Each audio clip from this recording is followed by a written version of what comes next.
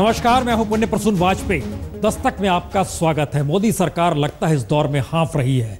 अब उसे समझ में आ रहा है कि दरअसल बहुमत की ताकत सिर्फ सिरों को गिनने से नहीं होती है, सहयोगियों का साथ लेना चाहिए। एनडीए की बैठक में पहली बार लालकृष्ण आडवाणी नहीं थे। पहली बार 14 महीनों के बीच माना प्रधानमंत्री ने जी कुछ तार टूटे हैं संवाद के, उसे जोड़ा जाएगा। क्योंकि शिवसेना ने पहले ही कहा था बहुमत बहुत चंचल होता है। लेकिन बहरहाल इन सब के बीच इंतजार हो रहा है संसद के सत्र का, जो कि कल से शुरू होगा। और उन सब के बीच प्रधानमंत्री मोदी के सामने मुद्दे चारों तरफ से घिरे हुए हैं। हर मुद्दे के साथ नेता, हर मुद्दे के साथ मंत्री, हर मुद्दे के साथ मुख्यमंत्री, और इन सब के बीच खुद प्रधानमंत्री, खासतौर से एलओसी पर फायरिंग, यानी पाकिस्तान के साथ रिश्तों का सवाल। तो दस्तक में बात आज तमाम मुद्दों की होगी, लेकिन इन मुद्दों के पहले सबसे महत्वपूर्ण यह है कि दरअसल दिल्ली में क्या हो रहा है। ये वाकई एक चौंकाने वाली स्थिति है कि दिल्ली के भीतर के जो हालात हैं उसमें क्या ये कहा जाए कि एक शह-मात का खेल चल रहा है। एक ऐसा शह-मात का खेल जिसमें ना सिर्फ दिल्ली में बल्कि संसद के भीतर कल से चलने वाला है। और आज सुबह से दिल्ली में जो हुआ वो वाकई काबिले गौर इसलिए है क्योंकि दिल्ली के पुलिस कमिश्नर्स निकलते हैं, पहुंचते हैं लेफ्टिनेंट गवर्नर के यहाँ, शाम में निकलते हैं, पहुंचते हैं दिल्ली के मुख्यमंत्री के यहाँ। सवाल है, बैठक होती है, बाहर निकलते हैं, कुछ बताया जाता है, लेकिन कमरे के भीतर क्या हो रहा था, किस रूप में कौन किस बात का जिक्र कर रहा था। और खासतौर से दिलचस्प है दिल्ली के पुलिस कमिश्नर और दिल्ली के सीएम की बातचीत जो तकरीबन 1.5 घंटे चली। आइए रिपोर्ट दिखलाते हैं आपको।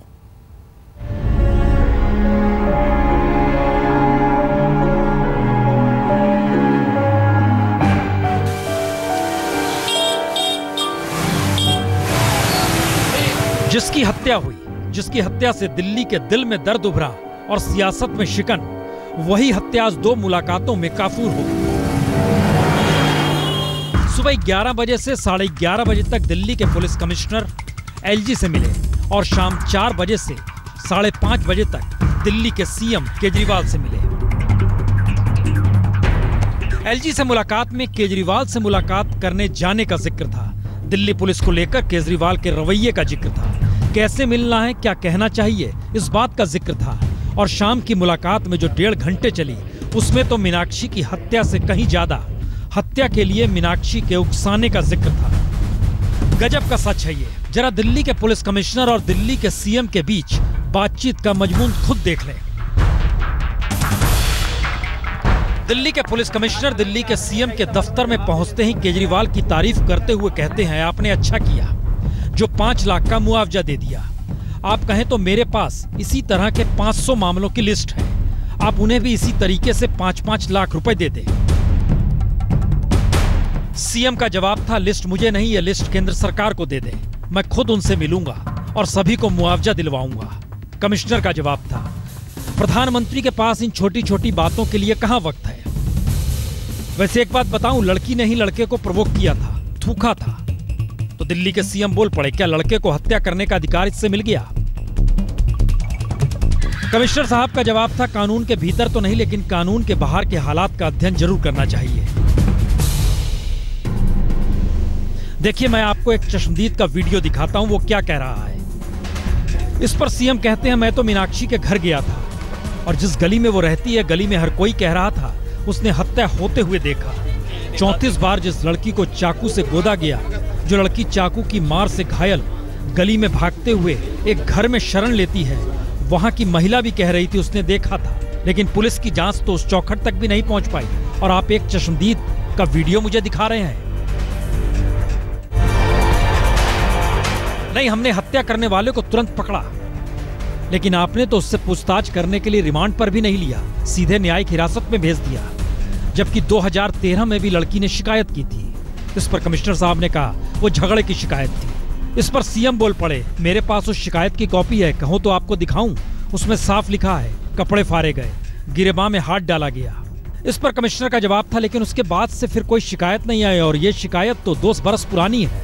इस पर दिल्ली के सीएम का कहना था, लेकिन फोन तो कई बार किए गए। कमिश्नर साहब का कहना था, जी 100 नंबर पर 20 से 25 बार फोन जरूर किए गए थे, लेकिन वो सारे फोन झगड़े के थे। दिल्ली के सीएम बोल पड़े, तो क्या बिना जांच आपने मान लिया सभी झगड़े को लेकर फोन थे।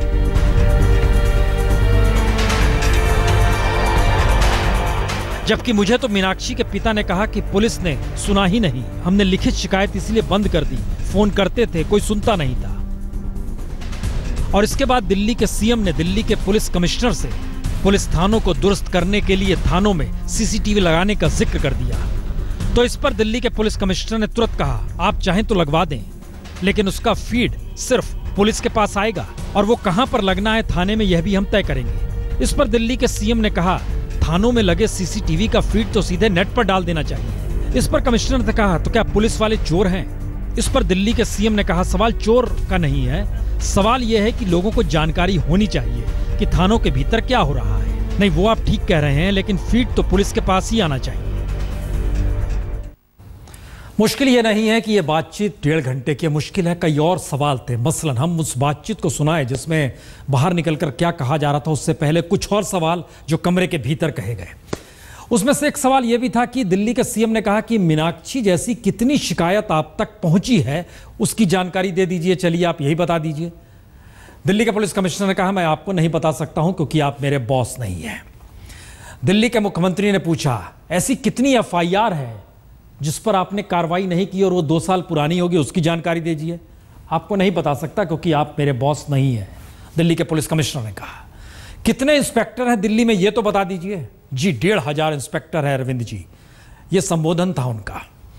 उसके बाद पूछा गया कितने थाने हैं दिल्ली में, 160 थाने हैं, ये कहा गया। तब उसके बाद अगला सवाल था दिल्ली के सीएम का, जो कभी एसएचओ नहीं बने उनकी लिस्ट दे सकते हैं, या जो बार बार एसएचओ बनते रहे हैं क्या उनकी जानकारी आप दे सकते हैं? कहा गया नहीं दे सकता क्योंकि आप मेरे बॉस नहीं हैं। उसके बाद सवाल था कि बीट कांस्टेबल की ही जानकारी दे दीजिए जिससे हम जनता के बीच में बता दें कि आपके इलाके में ये बीट कांस्टेबल है, कोई शिकायत हो तो आप उससे करें। उसमें भी यही कहा गया, आप मेरे बॉस नहीं है, मैं आपको जानकारी नहीं दे सकता। और इस पूरी बहस के आखिर में था तब वो, क्या जनता के द्वारा चुने गए व्यक्ति को भी जानकारी नहीं दी जा सकती है? बोले ये तो कानून के दायरे में आता है और आपके जो अधिकार तय होंगे वही दी जाएगी जानकारी। तब ये कहा गया वो मेरे अधिकार में क्या आता है? तब उस पर कहा गया ये तो पूरे देश देख रहा है कि आपके अधिकार में क्या था। ये बातचीत का एक मजमून था जो कमरे के भीतर हो रहा था। हालांकि दूसरा हिस्सा निकल कर आता है, जब बाहर निकल कर आए तो इसमें से कुछ कट छट के चीजें आई जिसका जिक्र, चूंकि वहां पर गृहमंत्री के तौर पर मौजूद थे सत्येंद्र जैन, वो भी मौजूद थे और वो बाहर निकले। और दूसरी तरफ दिल्ली के पुलिस कमिश्नर ने भी प्रेस कॉन्फ्रेंस की। दोनों ने क्या कहा, हिस्सों और टुकड़ों में देखिए। और उनका ये भी कहना था कि इस चीज़ को मुराददाना बनाया जाए। हत्याएं तो दिल्ली में होती ही रहती हैं। उन्होंने काफ़ी डाटा भी दिखाया कि 500 हत्याएं 1 साल में होती हैं, 700 हत्याएं होती हैं। और मुझे उनका व्यू पॉइंट समझने में सहायता मिली है और मुझे पूरी उम्मीद है कि मेरा जो व्यू पॉइंट है उन्हें भी जो है के अंदर झांकने की उन्हें पूरी मैंने अपॉर्चुनिटी दी। तो कमिश्नर साहब का कहना था कि रिमांड पर लेना ना लेना पुलिस की अपनी मर्जी है, जरूर समझेंगे तो लेंगे, लेकिन नहीं लेंगे। बस थोड़ा अजीब सी बात है कि हत्या के इतने संगीन जुर्म के अंदर पुलिस ने हल्के में लिया। एक्यूज पकड़े गए थे, पकड़े जाने के बाद में जो उनसे हमें रिकवरी करनी थी वो हम रिकवरी कर चुके थे, उनसे जो बातचीत करनी थी हम बातचीत कर चुके थे, तो इसलिए रिमांड मांगना आवश्यक नहीं था, तो इसलिए रिमांड मांगी नहीं गई थी। जब उनसे कहा गया कि उन्होंने बार बार किसी भी कंप्लेंट की है, तो कमिश्नर साहब का ये कहना था कि हाँ पहले तो कहा कि नहीं कोई कंप्लेंट नहीं थी, बाद में उन्होंने कहा 25-30 कंप्लेंट उनके पास पीसीआर में की गई और वो सारी की सारी झगड़े की थी। एंड दिस पर्टिकुलर केस एक महिला के प्रति था। इमीडिएटली इसके अंदर में सशक्त इन्वेस्टिगेशन की गई और एक्यूज पर्सन्स को गिरफ्तार किया गया है। देश की राजधानी है दिल्ली। जरा कल्पना कीजिए कि दिल्ली के पुलिस कमिश्नर, दिल्ली के सीएम, दिल्ली के लेफ्टिनेंट गवर्नर और सब के बीच दिल्ली में ही, चूंकि केंद्र सरकार भी बैठी है, संसद भी यहीं पर है, इसलिए शह मात का खेल अपने अपने तरीके से हर कोई खेल रहा है। सवाल सिर्फ दिल्ली सरकार भर का नहीं है, सवाल है संसद का मानसून सत्र कल से शुरू होगा और शुरू होते ही हंगामा होगा। पहले से बिसात बिछ चुकी है। हंगामा इतना होगा कि संसद चलेगी नहीं, लेकिन संसद तो चलेगी या संसद तो शुरू होगी। रिपोर्ट देखिए। 1.25 साल पूरा हुआ नहीं कि मोदी सरकार घिर चुकी है। जी, मानसून सत्र शुरू होने से पहले ही संकेत मिल रहे हैं कि हंगामे में पूरा सत्र काफूर हो जाएगा, यानी कुछ निकलेगा नहीं, क्योंकि ललित गेट से लेकर व्यापम और डिग्री विवाद से धान घोटाले के बीच लाइन ऑफ कंट्रोल पर फायरिंग से लेकर जातिगत जनगणना के सवाल पर मोदी सरकार इस तरह उलझती जा रही है कि विकास के लिए जमीन का सवाल भी उसके गले की फांस बन चुका है, क्योंकि राहुल गांधी लगातार किसानों के बीच जाकर यही संदेश दे रहे हैं, 1 इंच जमीन नहीं दी जाएगी। दम नहीं है, पार्लियामेंट में पास नहीं होने देंगे हम, देख लेना, 1 इंच जमीन नहीं जाएगी। यानी भूमि अधिग्रहण का मुद्दा ज्वाइंट कमेटी की रिपोर्ट के आने तक संसद में रखा नहीं जाएगा, तो हंगामा ललित गेट और व्यापम को लेकर ही शुरू होगा। ललित गेट पर विपक्ष केंद्रीय मंत्री सुषमा स्वराज और राजस्थान के सीएम वसुंधरा राजे सिंधिया का इस्तीफा मांग रहा है, तो व्यापम पर मध्य प्रदेश के सीएम शिवराज का इस्तीफा मांगा जा रहा है। नहीं, देखिए, ऐसा मुझे याद है कि इनके एक मंत्री थे, वो कहते थे कि obstruction is part of parliamentary strategy. याद है ना आपको? तो हम अपनी स्ट्रैटेजी तय करेंगे। लेकिन बीजेपी और मोदी सरकार ने तय तो यही किया है कि संसद के भीतर विदेश मंत्री सुषमा स्वराज अपने ऊपर लगे आरोपों का बचाव खुद करेगी। वसुंधरा राजे सिंधिया आज रात तक तमाम दस्तावेजों को दिल्ली भेज देगी, जिससे संसद में अगर बहस की गुंजाइश बन ही गई तो दस्तावेजों के जरिए वसुंधरा पर लगे आरोपों को खारिज किया जा सके। और शिवराज सिंह चौहान का बचाव ये कहकर किया जाएगा कि जब विपक्ष ने सीबीआई जांच की मांग की और उसे मान लिया गया, तो फिर 24 जुलाई को सुप्रीम कोर्ट में सुनवाई भी होनी है। ऐसे में इन सब के बीच इस्तीफे का सवाल क्यों? Absolutely no. There is no question of any resignation. Question does not arise. वैसे माना यही जा रहा है कि वसुंधरा और शिवराज को लेकर संसद के भीतर से आवाज यही आएगी कि यह तो राज्य का मसला है, इसे संसद में क्यों उठाते हैं। हो जो भी, लेकिन सवाल है, संसद सत्र शुरू होते ही हंगामा होगा, विपक्ष बायकॉट करेगा और सरकार लोकसभा में अपनी चलाएगी। वहीं राज्यसभा में विपक्ष हंगामे के साथ राज्यसभा चलने नहीं देगा। यानी संसद सत्र कल से शुरू तो होगा, लेकिन भीतर कामकाज होगा नहीं और बाहर सिर्फ सियासत होगी।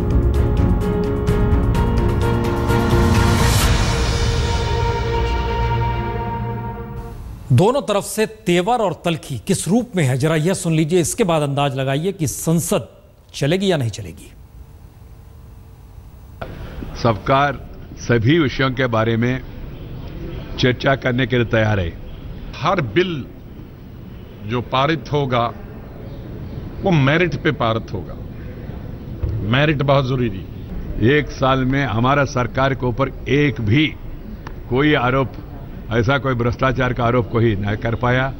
अगर व्यापम घोटाले में चोरी नहीं है, घोटाला नहीं है, मैंने अंदर जो बताया, अगर घोटाला नहीं है तो ये क्या पाकिस्तान के आतंकवादी उनको मार रहे हैं? ये क्या आईएसआई के लोग मार रहे हैं? ये क्या उनको नक्सलाइट लोग मार रहे हैं? 29 पॉलिटिकल पार्टीज ने एक स्वर में, मेरे ख्याल से सबने कहा पार्लियामेंट ठीक तरह से चलना चाहिए, हर एक विषय के बारे में बहस होना चाहिए। जो लोग ललित गेट में इन्वॉल्व हैं और जो व्यापम में इन्वॉल्व हैं, उन पर कार्रवाई करनी चाहिए, उनको एक्शन लेना चाहिए, उनसे इस्तीफे लेने चाहिए। इस्तीफे का सवाल कहां से आया? There is no question of accepting any ultimatum. Nobody can dictate to Parliament. Parliament is sovereign. We are an independent country. देखें, ये सब कुछ निर्भर होता है किस पॉलिटिकल पार्टी की चमड़ी कितनी मोटी। The government, from the government side, no minister of the government of India has done anything illegal or anything immoral. एक भगोड़े को जो भागा हुआ है, जो भारत सरकार जिसको दूसरे देश से वापस लाना चाहते हैं और उसकी मदद की जा रही है, और फिर भी अगर आप कहते हैं ये अपराध नहीं है, तो खुदा और भगवान ही बचाए इस देश की हुकूमत को। बीजेपी समझ रही है और शायद शिवसेना ने संकेत भी धमकी भरे दिए थे, उस पर हम बताएंगे आपको, लेकिन उससे पहले जरा समझने की कोशिश कीजिए। 24 दिन संसद को चलना है, 24 बिल सामने खड़े हैं, 24 विवाद एक दूसरे को आमने सामने किए हुए हैं, यानी शहमात की स्थिति में लाकर खड़े कर चुके हैं।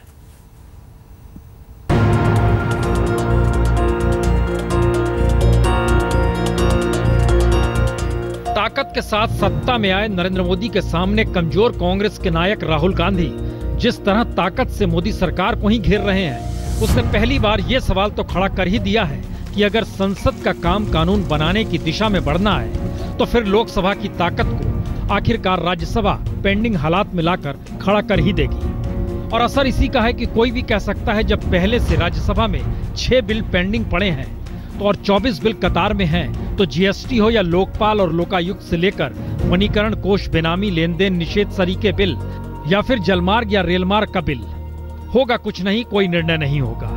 लेकिन यहीं से विपक्ष का सवाल भी खड़ा होता है कि वो अल्टीमेटम देकर संसद न चलने देने का जिक्र अगर कर रहा है और सरकार बिल के नाम पर संसद की अहमियत इस वक्त देश को समझा रही है, तो इसका मतलब है क्या?